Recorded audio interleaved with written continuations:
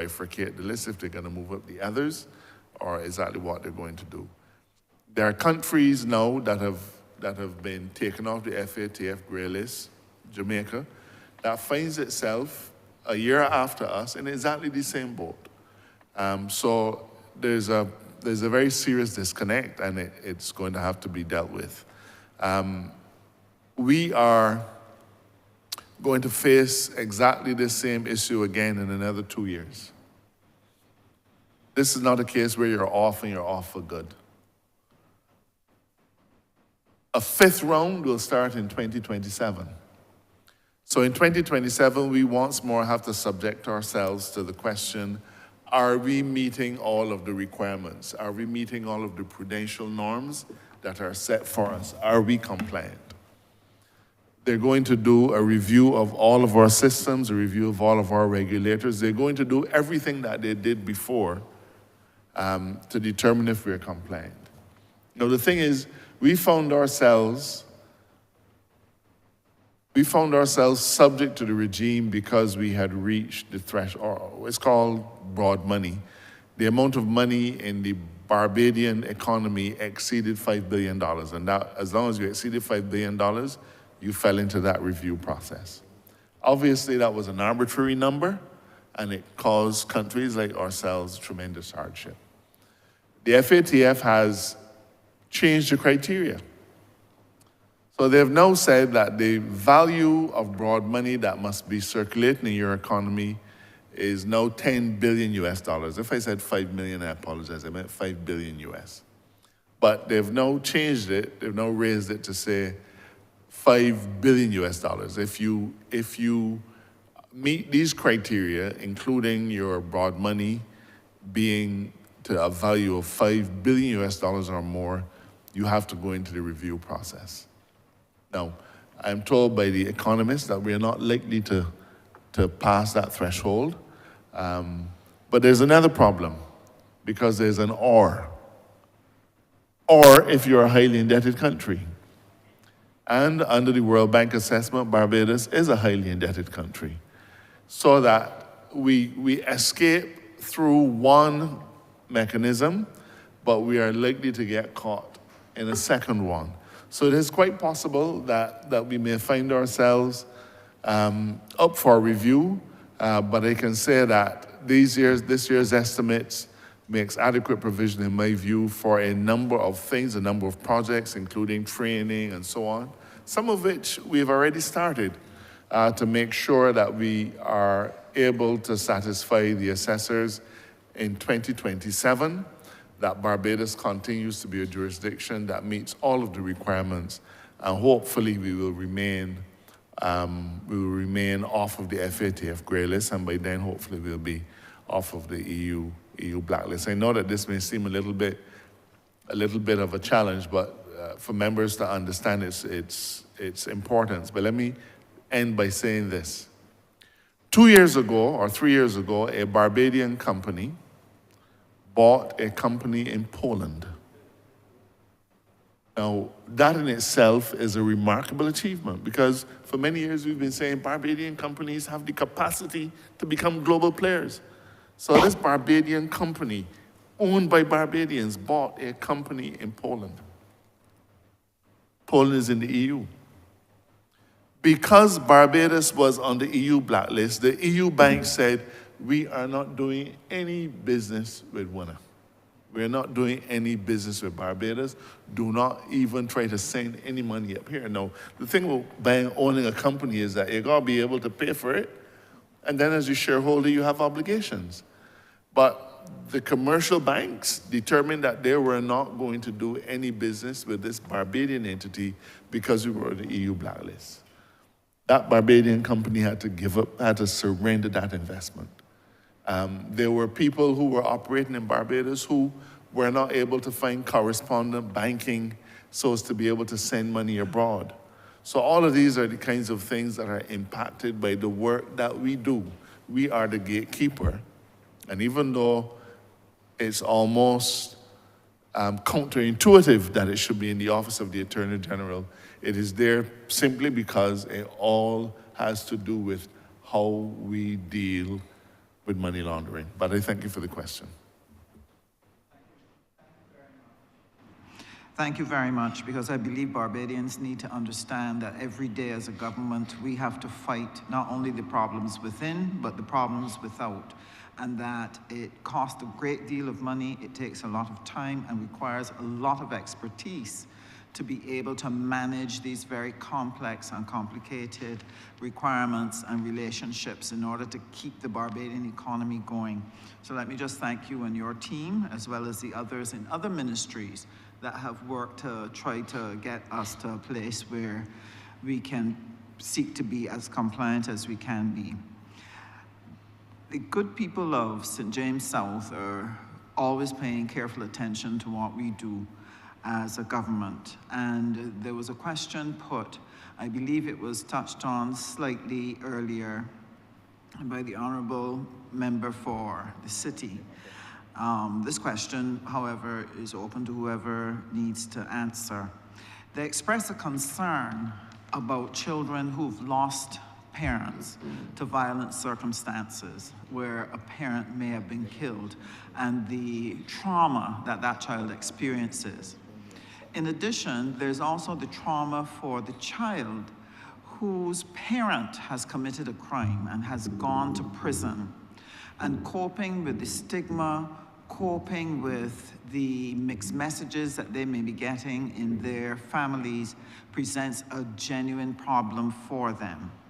And the question is, what is it we are doing to be able to support children of persons who have either experienced violence or have been killed, or their parent has committed a crime? And what are some of the things that you think we also need to do as other members of the society to help support the work that you're doing in that area? I'm going to allow the member for the city, the Minister of State, to respond. But let me just take you back to a few questions ago when we talked about victim support. And I'd like to reiterate the comments that we made in relation to victim support. As I said, this is new ground that we're covering because we've traditionally not looked at victims. As far as we were concerned, as far as the public is concerned, so-and-so stabbed you to get locked up, you got your justice. Had nothing to do with whether that stab was so debilitating that you could never work again, that your children can't eat or get medication or anything of the sort or go to school because you no longer can work. So victim support is a new element that is before us, and we intend to grapple with it in a very serious way, budgetary restraints notwithstanding. But then there are other methodologies, and I invite the Minister of State to discuss those with you. Thank you very much, AG and Honourable Member, for the question. As the Attorney General spoke before, not only are we doing victimization survey, which looks at general victimization, ongoing right now on the ground by criminologists in the office, Kim Ramsey, you're looking at actually reaching out and making sure that we have the names, the numbers, and contact with all the victims of homicide and serious crimes. We've acknowledged in the office that hurt people, and we need to heal these hurt people. The specific initiatives that will be deployed, as mentioned before, will be through the Ministry of People Empowerment to provide that more tangible support, but under our victims program and under our therapy pillar, we're looking at making sure that we address the spiritual, emotional, and psychological needs of these individuals through counseling and through various types of modern age therapy deployment, like art therapy, music therapy, drama therapy, and so on. It is fortuitous that you asked this because, as the AG mentioned earlier with the draft George Bridge Agreement, I think it's number 5 or 6 that speaks specifically, and I will quote it as we quoted it before: implement targeted programs for children affected by violence, including those of murder victims and incarcerated perpetrators. Almost sounds verbatim to your question. And it is these types of documents that will direct the type of programs that we will deploy. But to speak specifically to your question, under the victim support pillar, which falls under violence reduction, and under the rehabilitation, reintegration, therapy, and support. There are mechanisms where at present we work with those in the prison in our inmate family program. There's Christmas reunions through the Barbados Prison Service and a number of programs, back to school support for those through NGOs, not connected to any funds from the government at all, strictly from the NGOs and the church that provide supplies for those incarcerated, the children of incarcerated parents and so on. So there are a number of initiatives, and as the AG said, we'll be building it out more and more in looking at victim support. Thank you very much. And my last question, I just want to express on behalf of the St. James South Neighborhood Network to the Police Commissioner the tremendous work that your top brass has been doing with our network in working with our families and our residents in relation to keeping the neighborhood as safe as possible. With the increased incidences that have taken place, naturally people feel even more alarmed. But I want to reiterate what the Honourable Member for St. Joseph said, that to solve this problem is going to require the entire country, that all of us have to play a part. Now, these communities have stepped up by having their neighborhood watches and so on, but I would want to ask you, what are some of the other things that you would like to see the general citizenship do as their part, as their role in helping us to handle and manage this issue of crime? Because I think it is time that Barbadians get beyond complaining about crime and go the next step and ask the question, how can we help? What can we do? And how can we be empowered to do this? So if you could just share with us what as citizens we need to do to help make this work, it would be appreciated. Thank you, Honourable Member. I'm going to ask the Commissioner of Police to address this. Thanks. Your observation is appreciated, I must say. And for us, over time, we have worked with various communities, not only in St. James South, but throughout the country. And for us, where that is concerned, we are going to reinvigorate those neighborhood watches. One, that is something that has fallen by the wayside, and I believe that we need some new blood and injection where that is concerned. So we would target those districts. You mentioned a particular area, which was under some problems recently, that I guess that you're fully aware of, and that is something that we need to do. We need to go further in identifying those persons that would need whether it's medical intervention, psychological intervention, whatever it is, that creates some level of harm to persons in various neighborhoods. So our officers, when they attend to these reports, they should capture all relevant information and identify persons who are in need of help and work with other government agencies to come in and lend that type of support for those persons to have them get the level of medical attention, whether it's psychological or whatever. It is those persons who we find that can create tremendous discomfort for general members of the public. So that is one area that we will work with. Now, in terms of how we go about having the youth groups reinvigorated again, because we need to redirect persons from being just there idle and getting involved in mischief. It is some programs which would bring that level of cohesiveness in communities, driving programs, putting those issues, those things in place, whereby they will be engaged in a profitable way, a wholesome way, and work with them.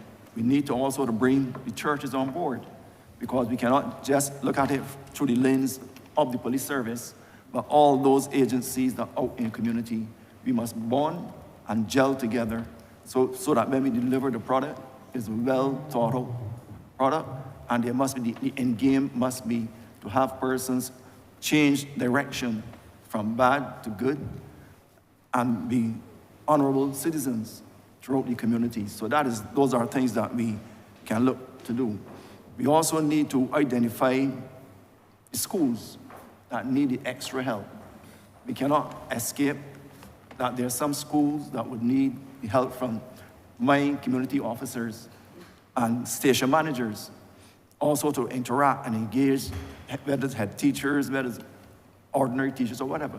Those persons who are in a situation whereby they are teachers, guidance counselors or whatever, all those persons we would need to bring on board and work with them. Because we cannot, as I mentioned already, we need all help, all hands on deck to get the situation really brought under control. So we will continue to try and deploy our resources in these problem areas whereby we can accomplish our objectives in terms of having each and every community safe and well sound in terms of living comfortably and walking about without being alarmed, harassed, or whatever going forward.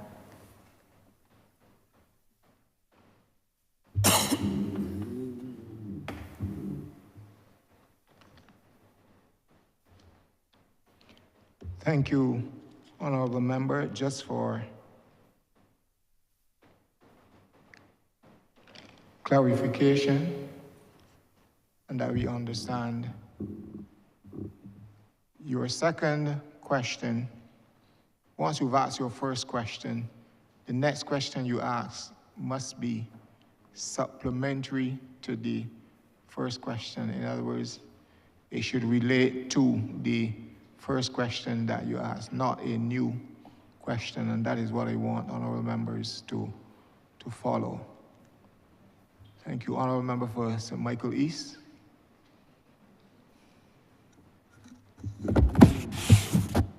Thank you, Mr. Chairman. I start to feel a little alienated from the center of the debate, because I thought you felt that since I was on this side, it was part and parcel of the opposition. And I was wondering if that was influencing your thoughts. No, not at all, Honourable Member. I know there's some suspicion about that. Not at all, Honourable Member. Yeah. No. I think we have to reconnect with the seriousness of this debate. Concepts of crime goes as far back to the biblical times with Cain and Abel. And minor issues sometimes influence people to get engaged in serious felonious acts, such as murder, and probably treason too. We have so many thinkers over the years that try to address issues related to the values, the breaking down of values in society. Thomas Hobbes said, the life of man is nasty, solitary, and brutish and short. I think that is something that we must all reflect on. Everybody would like to live over 1,000 years if possible, but we know that Hobbes was right in that context. Nietzsche was even more dramatic, but extremely clear. When Nietzsche looked at the collapse of values in the society, which are schools and churches, and institutions of such moral groundings exist, Nietzsche said, God is dead. He didn't mean literally God. Some people with simple minds would believe that he said literally God. He was saying that the attributes of decency and stability rest in the values of man. And God was at the center of giving the directions to those stabilities. We watch them collapse every day, one by one. The schools cannot hold anchor. The churches can't. The police force can't. I think that we all, as parliamentarians at the highest levels, we can't either. But collectively, if we recognize the principle of being our brother's keeper, we would be more deeply involved in the importance of this debate.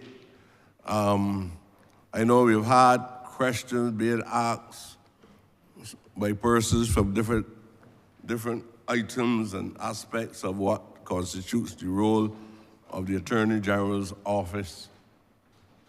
But I think there are certain things that we are seeing occurring over and over again. Things like recidivism. Have we really made any serious study of what is responsible for a broad section of those who are incarcerated? After all the mechanisms we put within the prison system, all the melody and the things that we are seeing, are we seeing a reduction in recidivism? Well, that's a serious question for me. That's your first question, Honourable Member? Well, yes. But I was hoping to give you a collective that constitutes three questions. But if you want me to stop there, stop there. I'll come back with the second question shortly. Yes, and come back later. Thank you. Thank you very much, Honourable Member. In relation to rehabilitation, we look at rehabilitation in the broad context. Rehabilitation programs are conducted by the Barbados Prison Service through the Ministry of Home Affairs, but you can say it's supplemented by the Ministry of Youth, Sports, and Community Empowerment. They have a number of programs in the prison today, and is also supported by the National Crime Prevention Program. There has been studies on recidivism that were released, I think, as late as November 2024, which showed a slight reduction in recidivism. I don't know if a causation study was done to say that there's a link between the programs, but I can tell you that there's a slight decline. For more intense information on that, I will have to call on the Director of Criminal Justice and Research to speak more to that research that her office conducted, but I would need if the AG so permits.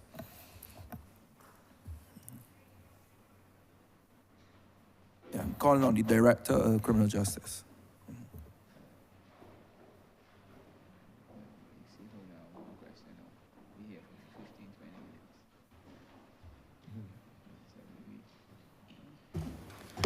Good afternoon to the chair. Good afternoon, everyone. My name is Cheryl Willoughby. I'm the director at the Criminal Justice Research and Planning Unit.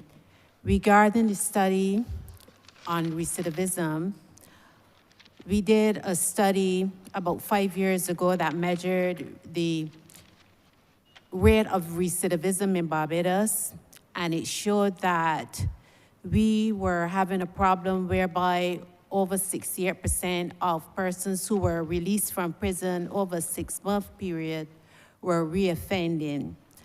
We recently did another one to determine whether or not some inroads were made regarding the efficacy of the rehabilitation programs at the prison. And as Minister Lane rightly said, we saw a slight reduction in the rate of recidivism at the prison. When we did a study 5 years ago, I requested from my staff that they also look at what were the barriers to reintegration. What were those things that were preventing inmates or ex-offenders from successfully reintegrating? And when we did that study, we found that persons who had substance abuse problems, mental health issues, as well as barriers to employment opportunities upon release.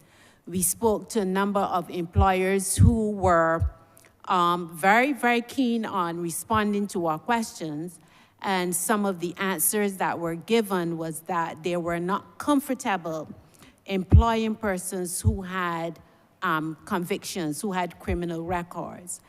Also, what we found was that those persons who were released from prison, who were having serious mental health issues, there were no follow-up to some of the problems, the social problems that they were having.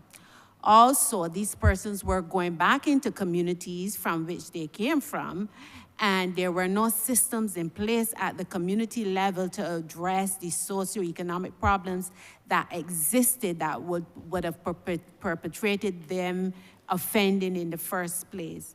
So what we have determined is that we need to also follow up as far as through care system, making sure that when persons are incarcerated and we recognize at the level of the prison that they have mental health issues and other social problems, that there's follow-up care afterwards. I know after a person is released, they have constitutionally done their time in prison, but there must be a system in place where persons can receive help, especially if we are to put a dent in the problem of crime and reoffending.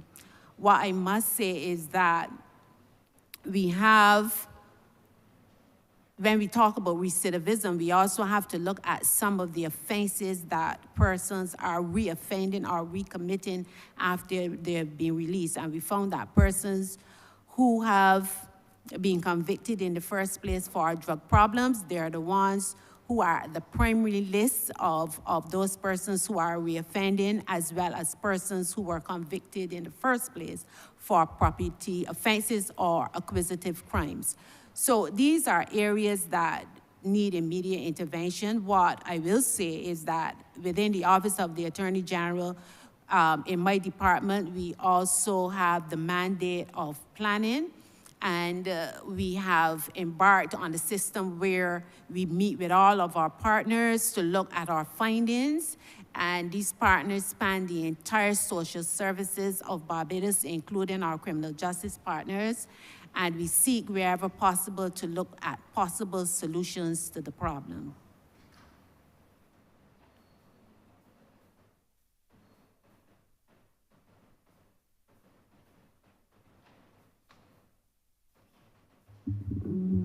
Thank you.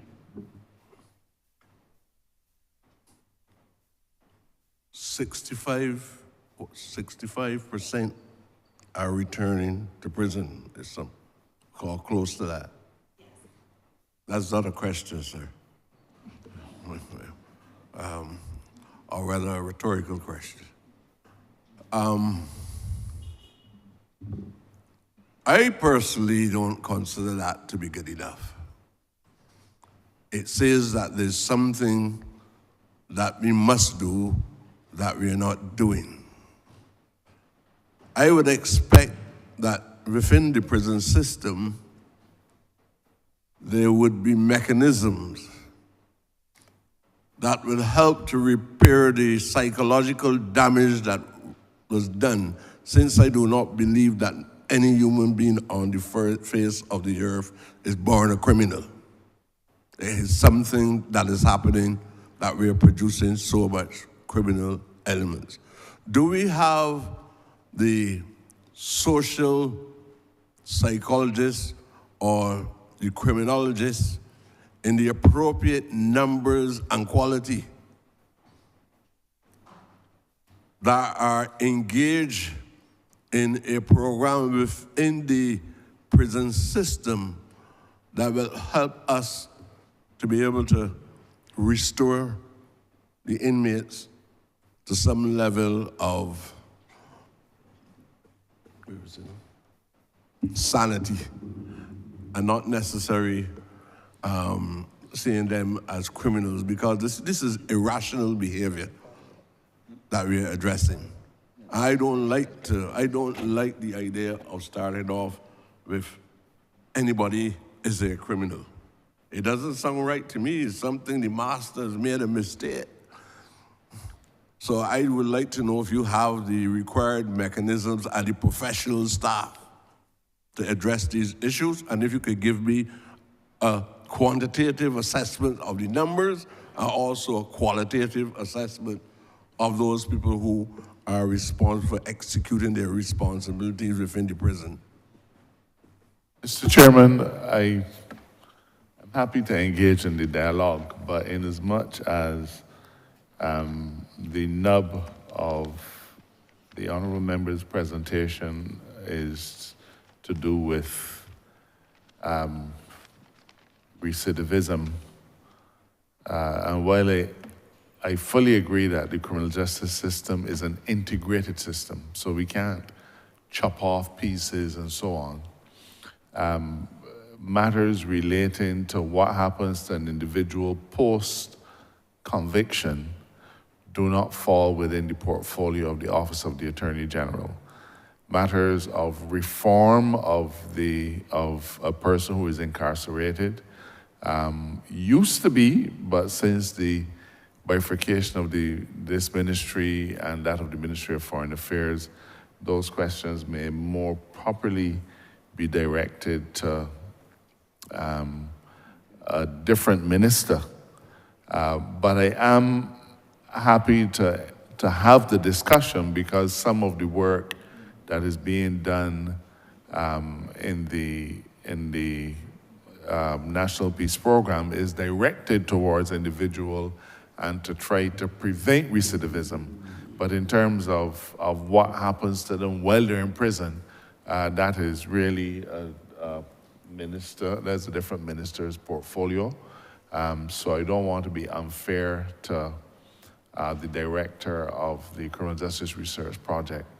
But I'm happy that we can continue the discussion, but only insofar as it is addressing the issues that fall under our remit. Honourable, I do mean that you mean the Ministry of Home Affairs, not Foreign Affairs. Home Affairs. Minister Abrams is Right, Minister the of Home minister responsible Home for Affairs. Home Affairs.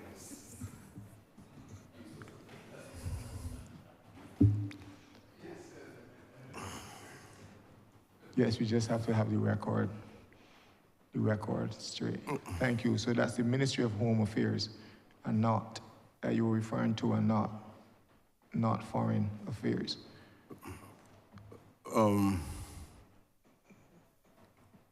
It says that there's a vacuum, a void in administration.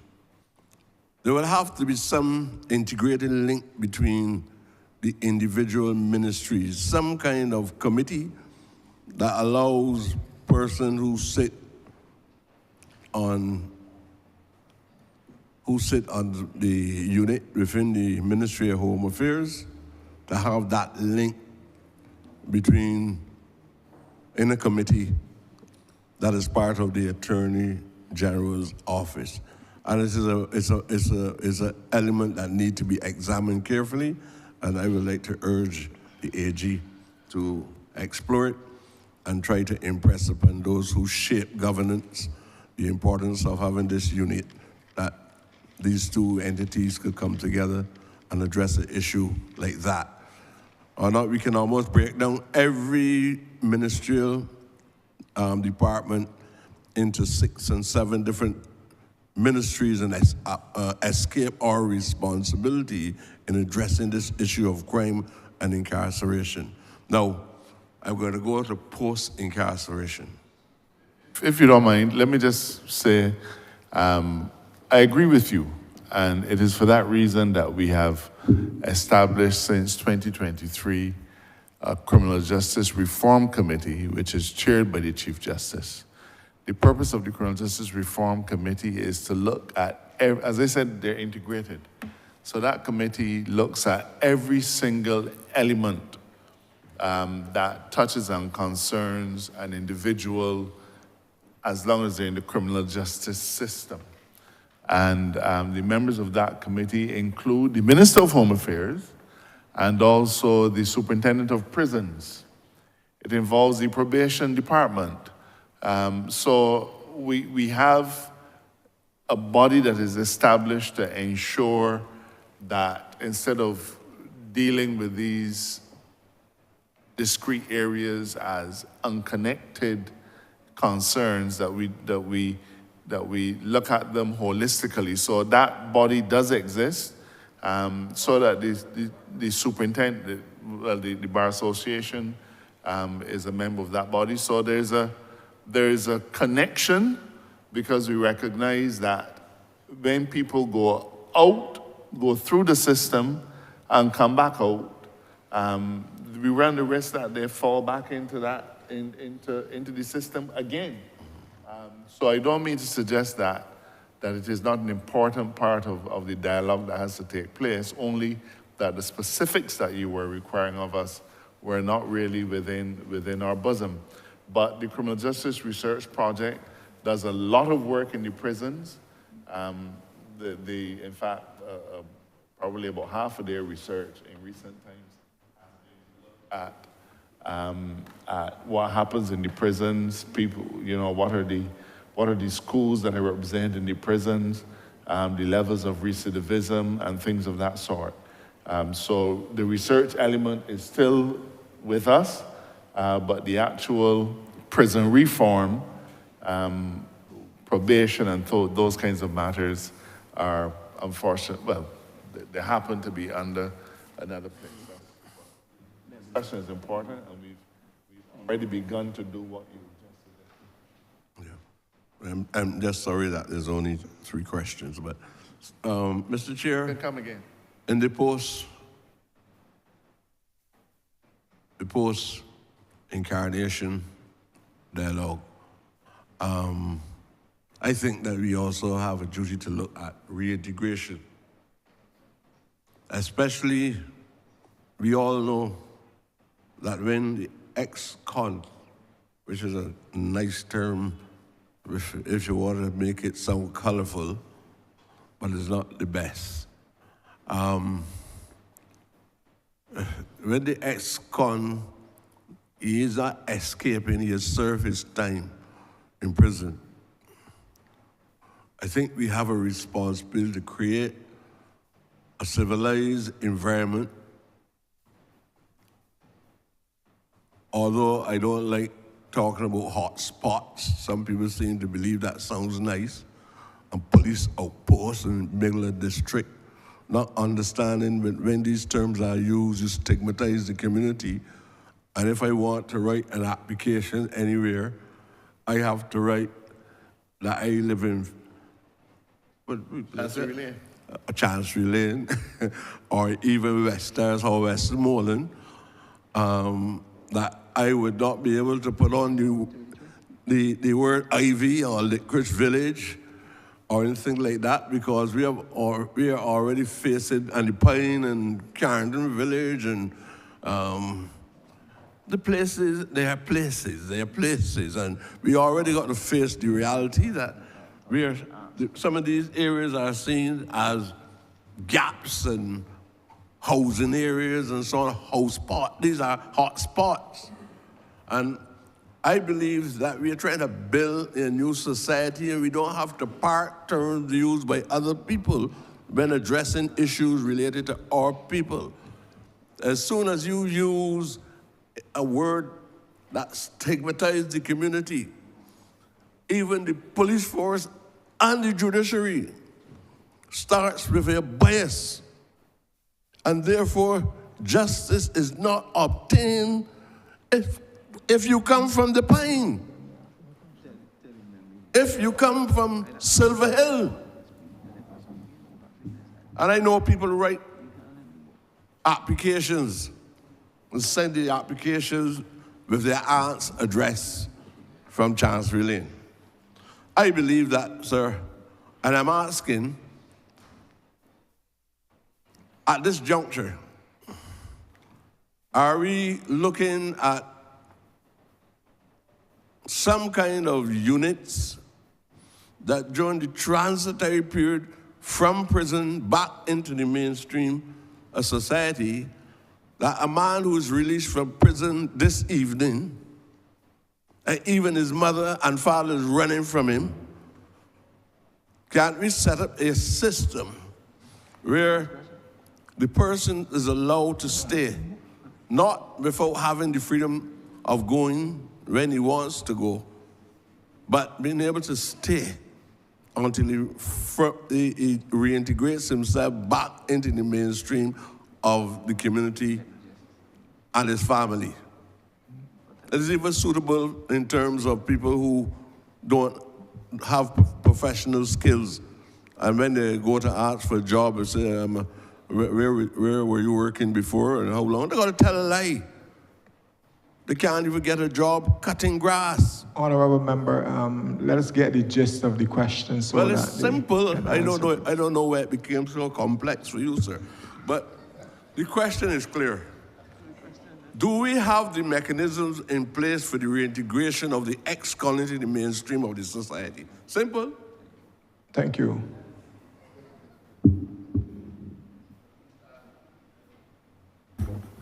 Mr. Chairman, the simple answer to this question is no.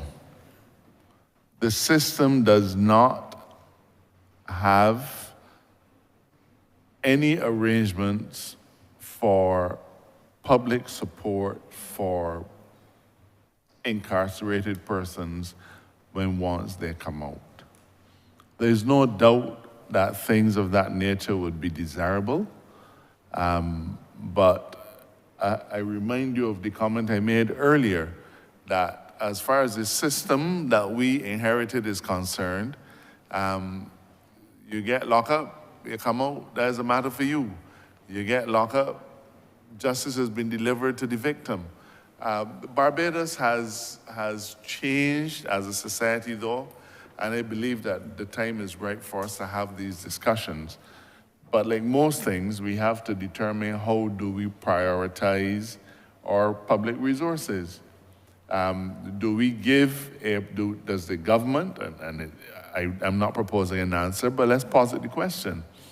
An individual from the constituency of, let's say, the Pine, somebody from the Pine is desperate for a house for them and the children. On the other hand, John Brown, who's shot at people, committed firearm, come out of prison, is desperate for a house. How do we prioritize? Which one will get the one house the NHC has available? It is a discussion that we need to have. There are a number of NGOs that have been involved in trying to improve the lot of individuals when they come out of prison.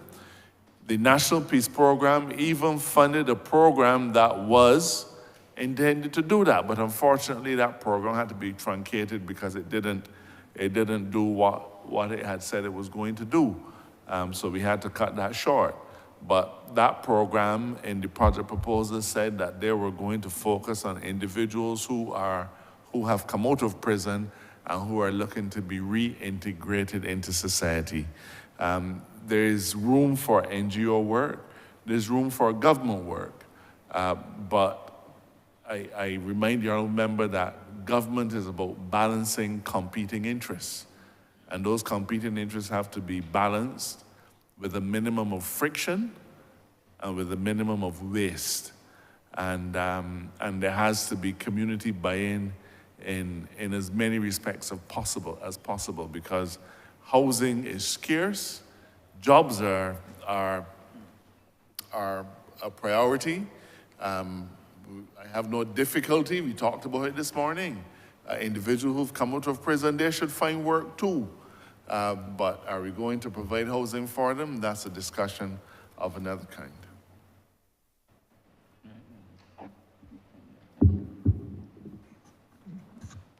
I just want to thank the AG and you too, sir, for allowing me to put a few simple questions with the hope that it will help us to find a new way of doing things in order to address some of the problems. So I hope that there was some suggestions in the questions that I asked as well. Thank you. Honourable member for St. James North.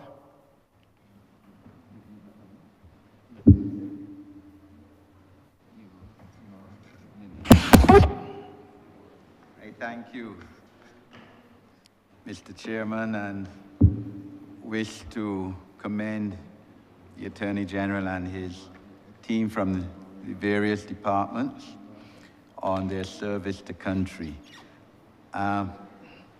First, wish to ask about the registration department and the efficiencies of the department and what processes are being used to try to improve its function and its timeliness and its customer service and ability to respond to the public's needs. We know that, for example, applications for probate or letters of administration of estates have been, over the years, taking too long a time. When I first started to practice, almost 40 years ago, I remember the first application I did for probate of a will took 4 months. It now takes much longer than that.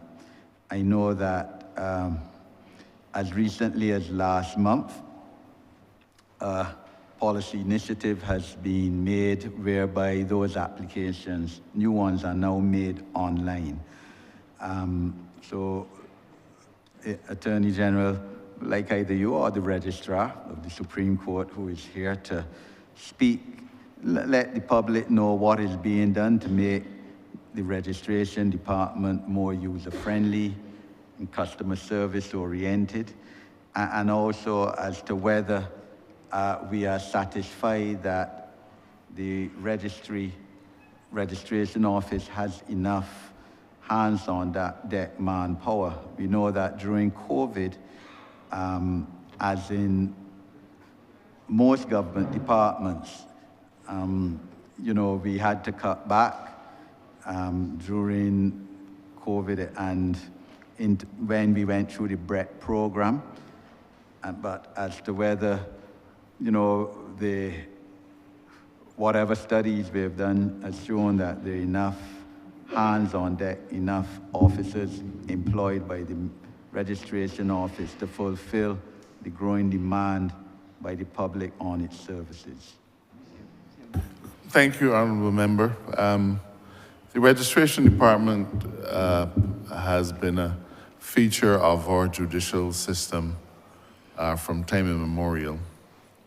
Over the years, we have tweaked the registry. I believe that in your own professional life, you would remember the days when the registration department was the land registry and the company's registry as well, and dealt with everything. But in our time, we've seen the registry separated into separate elements. Land registry has gone off, the company's registry, the intellectual property offices.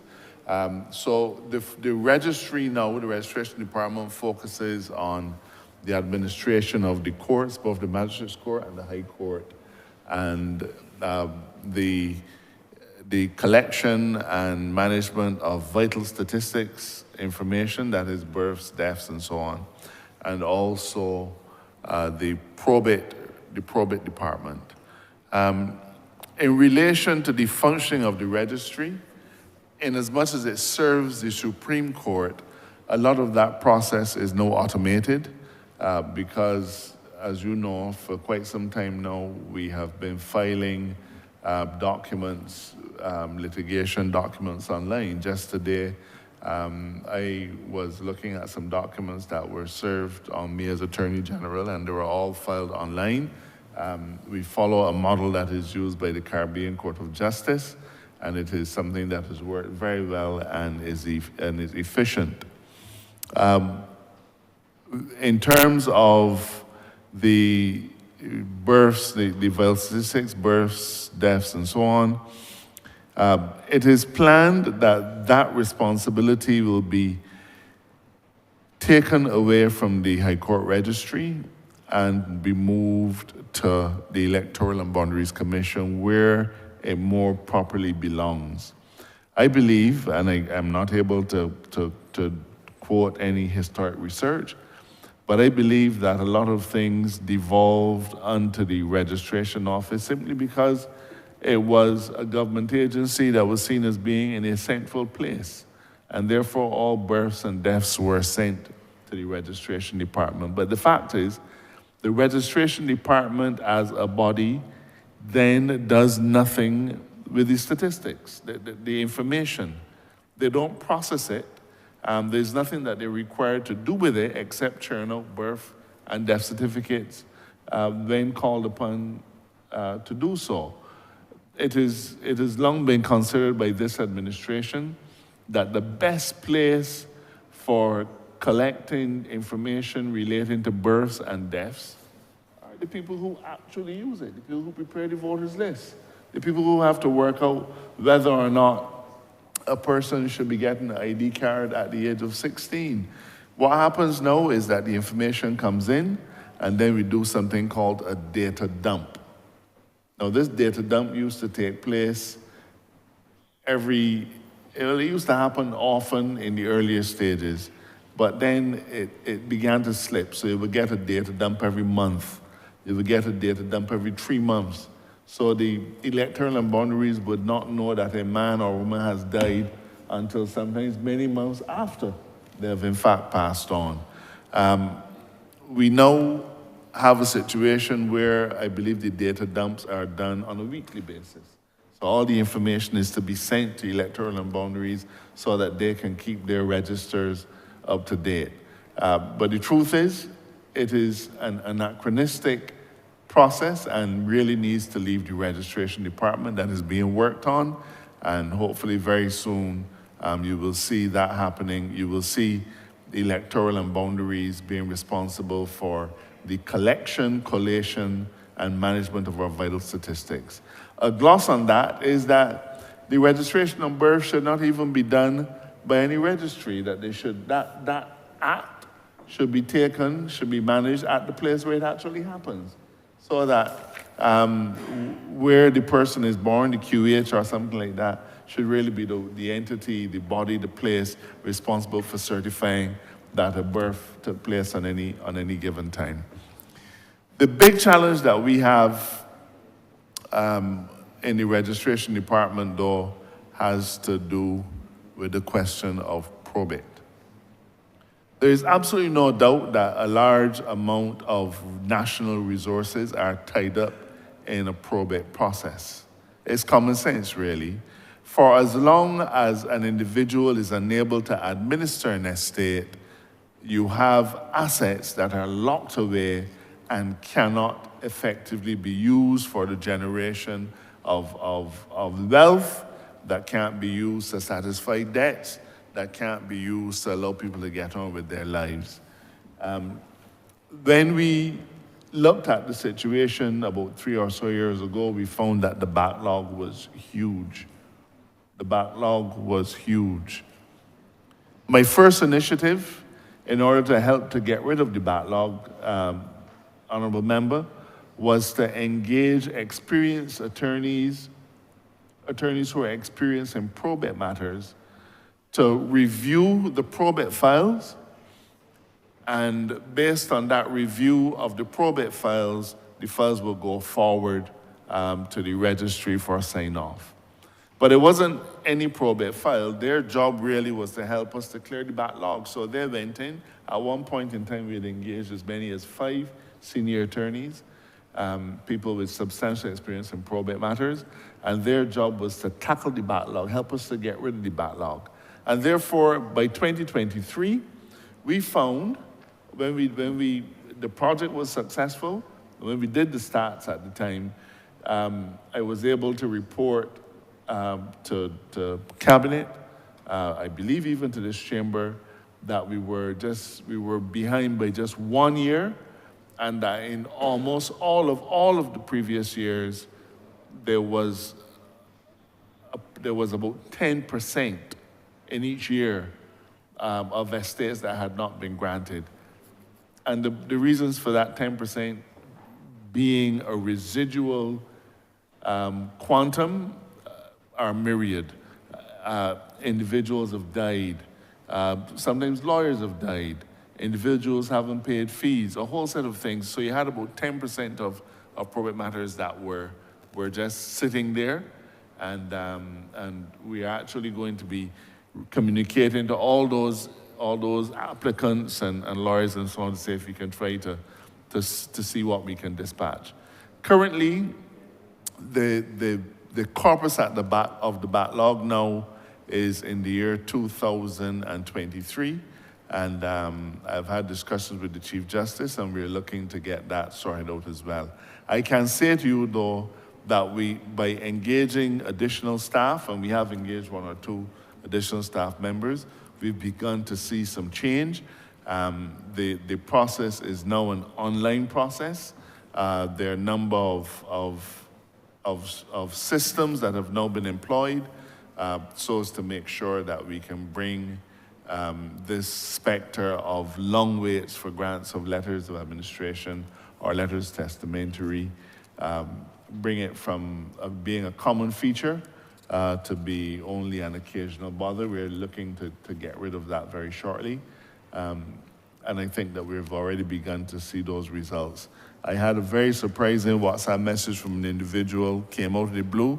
That person said to me that they filed an estate in January, and by last week, this time in February, they were able to get letters testamentary.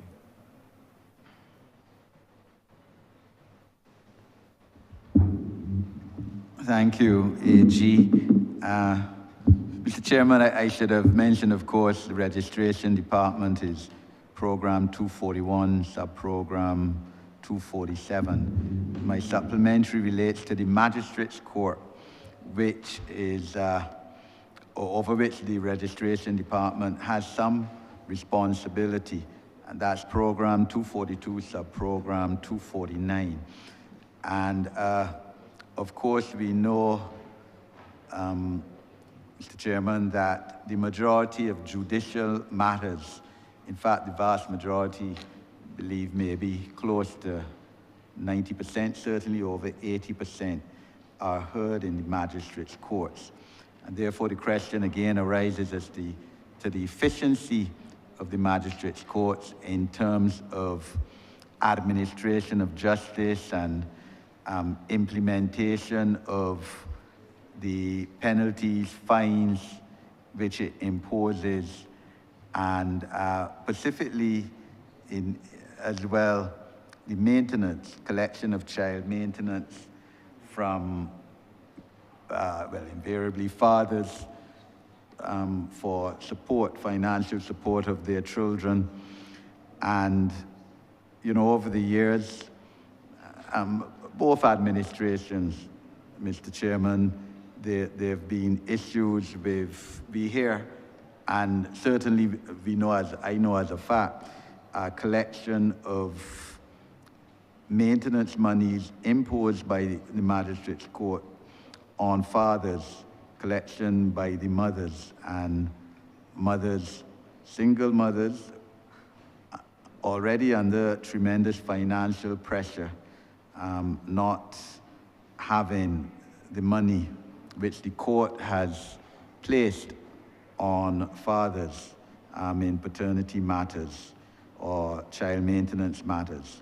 And Attorney General, Honourable Attorney General, I wish to give you or again the Registrar of the Supreme Court the opportunity to speak about what is being done to try to better manage this system so that the fines, penalties imposed by the magistrates' court on people can be collected, especially child maintenance cases. Is there technology that is being implemented to try to improve this system? Is it a case where we're training bailiffs better, court process officers better? I know of a matter years ago, Mr. Chairman, where a bailiff was to serve documents on a person who happened to be his neighbor and could not find the neighbor for months. Documents not served. So what is the government doing, your ministry, sir, to improve this system, make it more efficient?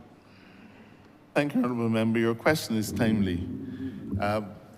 In relation to payments, particularly and you said particularly payments of maintenance to mothers, rarely fathers. The Magistrates Court is currently in the process of implementing a new case management and digital payment system to operate in all of its Magistrates Courts. There's currently a pilot project in place at the court at District D in Keene Garden. And at this point, what we're doing is inputting the data and testing the integrity of the system. What is happening now is focusing on the clerical and the front-end staff who are going to be the end users. What is key is that the method of disbursing the funding will not be what happens now, where a mother has to go to a court and collect cash, or where a father can only go and pay in cash and so on. We're going to be looking at a digital payment solution, and we've talked about this for a long time, but I'm very happy to say that we are at the point where we are in the pilot phase. We have 9 magistrates courts, Honourable Member, 9. And all of these magistrates courts, well, not all of them, as you would know, as complex will have a family court. The other magistrates. But all of the courts will be connected to this system, and we will be using a digital payment system very much like the Adopt a Family. Colleagues will remember that when we started the Adopt a Family program, the question was, how do we make the payments? Simple solution was that every household would get a digital card. They would have a card, the money gets added to the card, and they're able to go and take off and it as they need to. So we're not reinventing the wheel in that regard. We will not be paying out cash. This will allow for better accounting. It will allow for more effective use of individuals' times. You know, when you show up at a court and you hear that the court clerk out to lunch can't get the child money, court clerk comes in late, can't get the child money. This will remove all of those issues. So money comes in, money gets credited to your card, you go and you do it. And I'm really very proud of the work that we've done in this regard. I think you also mentioned the conditions of the magistrates' courts. As I said, we have 9. We all know that we've had some challenges in years past in relation to the physical condition of those courts, and in fact, we've had to close some. I'm sure you remember the court at Belle Plaine, or you remember the court at District B. We've had to close a number of courts and try to rationalize that work, but I'm able to say that by doing the substantial renovation at the Fort Simmons complex, we've been able to allow our magistrates to use 3 fantastic courts down there, one of which is completely new. I think that's used by the Chief Magistrate, but we refurbished 2 of the older courts so that we now have comfortable accommodation and accommodation that is free of environmental concerns. Honourable Member, we've had to close the Simultaneous Court. You know that the Simultaneous Court had the criminal, it had the civil, it had domestic. Simultaneous Court was an important center of activity for us, but unfortunately its condition, in fact, let's rewind a bit. The Simultaneous Court used to be a primary school. So it isn't to say that we took a new building, that we took a place and built a new building. We took an old building and tried to turn it into a modern magistrates court complex. That has always presented difficulties. And therefore, we are now in a position where we've had to close that court, we've had to close that complex, and provided in the estimates for this year will be some work to start a completely new project at Simultaneous Courts. That is going to run over a 2-year period, financial year 2025-26 and 26-27. And the projected cost of that upgrade is the sum of $5,398,000. And so we're looking to do that work there. The magistrates courts are going to benefit from a significant computerization program, which is intended to start in the coming financial year as well. We're getting some support from donors from overseas, but I think most of the funding is going to be from us, and therefore we will see the magistracy and the magistrates court system benefiting from significant computerization in much the same way that the Supreme Court is computerized. Honourable Member, there are going to be some decisions that we have to make, though, about the magistrates courts. The magistrates courts do not function all day, and that is a problem. That is a problem. It is a problem, in fact, when any of our courts do not function all day. Our police stations function all day, our schools function all day, all of the government departments will function all day. But unfortunately, we have some magistrates courts that start late and end early. And that is not an efficient use of our facilities or our manpower. And I've had discussions with the Chief Justice and asked him to let us sit down and see how we can address those issues. I don't know if I've covered everything that you've raised, but if there's anything else, I'm happy to come back. Thank you, Attorney General. Mr. Chairman, just checking, I have one more question or two. I'm allowed. Haven't asked two. Is it a related question to your first question? No, it isn't. So, No, the standing orders say it must be related. There's well, three supplementary questions. Okay, well, related to your first question. I'll relate it then, sir. I'll relate it. Honourable Attorney General, of course, tied in with all of this is the issue of police and law enforcement. And Honourable Member, you can come back tomorrow. We have gone past our time. Okay, no problem, sir. Thank you. Thank you. Thank you, Mr. Chairman. I beg to move that you do not report progress to His Honour the Speaker and beg leave to sit again. The question is that I do not report progress to His Honour the Speaker and beg for leave to sit again. All honourable members in favour, say aye. Honourable members against, say no. He thinks the ayes have it.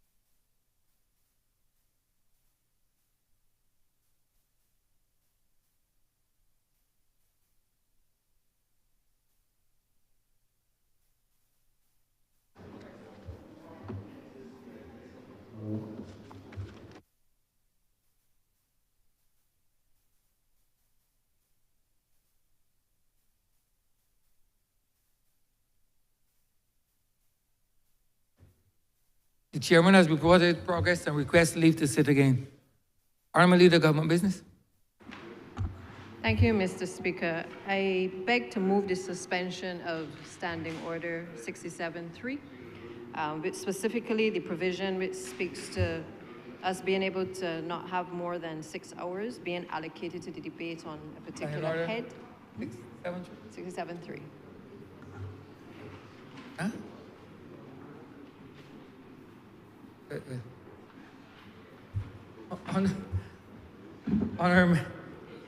Honourable, you need to revert to government business first. Go ahead. Continue.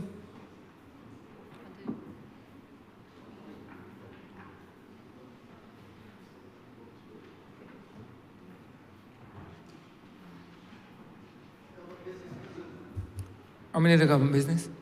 All right, so Mr. Speaker, we have at this point completed the first head. As you know, the standing orders provide for 6 hours to be allocated per head. We are mindful that this is obviously a very important and substantial debate as it relates to crime. And we therefore wish to beg to move that the section 67.3 of the standing orders, specifically the section which relates to us only doing 6 hours, be suspended to allow for additional time for the debate to continue. Wait a second. The question is that Standing Order 67.3 be suspended. All those honourable members in favour, please say aye. Those against, please say no. Me think the ayes have it. Standing Order 67.3 is suspended. Honourable Leader Government Business. And with that, Mr. Speaker, I would beg to move the suspension of the House until tomorrow, the 18th of February at 10 a.m. The question is that this honourable chamber be suspended until 10 a.m. tomorrow. All those honourable members in favour, please say aye. Those against, please say no. Me think the ayes have it. Could I kindly remind all members,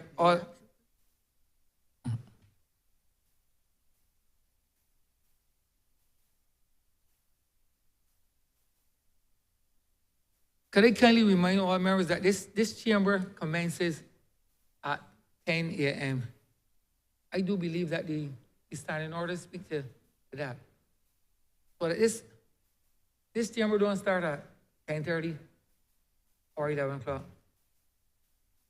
I would think, therefore, it's incumbent on all members, honorable members, please get here at the appointed time. It is easy for me to come to this chamber if persons don't want to attend on time and sit at the 10 a.m. as is the want. And if members are not here, I am vested with the authority to adjourn this chamber. A word to the wise is enough. This honorable chamber stands suspended until 10 a.m. tomorrow.